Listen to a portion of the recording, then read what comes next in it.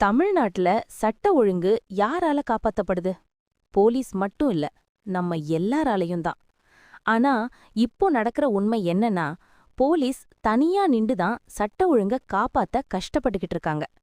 ஒரு போலீஸ் அதிகாரி தினமும் உயிர் பயத்தோட வேலைக்கு போறார். கலவரம் இருந்தாலும், விபத்து நடந்தாலும், ஏதாவது குற்றம் நடந்தாலும் முதல்ல ஓடி போறது போலீஸ் தான். ஆனா அவர்களுக்கு நம்ம மக்களோட சப்போர்ட் சரியா கிடைக்குதா அப்படின்னா நிறைய நேரம் கிடைக்கல. ஒரு போலீஸ் சட்டப்படி நடந்தா கூட நம்ம அவங்கள சந்தேகத்தோட தான் பார்க்கறோம்.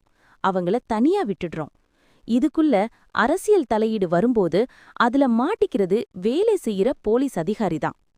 ஒரு போலீஸ் நேர்மையா வேலை செஞ்சா அவர் அதிகபட்சம் 6 மாசம் அல்லது 1 வருஷம்தான் ஒரே இடத்துல இருப்பார். அதுக்கப்புறம் டிரான்ஸ்ஃபர். அப்போ அவர் மனசுல ஒரு விஷயம் ஓடும். எதுக்கு நமக்கு வம்பு, அமைதியா இருந்தா போதும் அப்படின்னு. அதனாலதான் நிறைய நல்ல போலீஸ் அதிகாரிகள் சும்மா அமைதியா ஆயிடுறாங்க. நம்ம எப்பவும் சொல்றோம் போலீஸ் நேர்மையா இருக்கணும் அப்படின்னு. சரி, ஆனா ஒரு போலீஸ் நேர்மையா நடந்தா நம்ம அவருக்கு பக்கத்துல நிக்கிறோமா?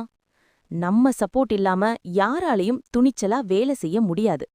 இளைஞர்களே, ஒரு முக்கியமான விஷயம். ஒரு இடத்துல குற்றம் நடந்தாதான் அங்க பிரச்சனை இருக்கும். பயன்பாடு இருந்தாதான் விற்பனை இருக்கும். நம்ம தான் சட்டவிரோத விஷயங்களை வாங்குறோம், ஆதரிக்கிறோம், சும்மா பார்த்துட்டு போறோம்.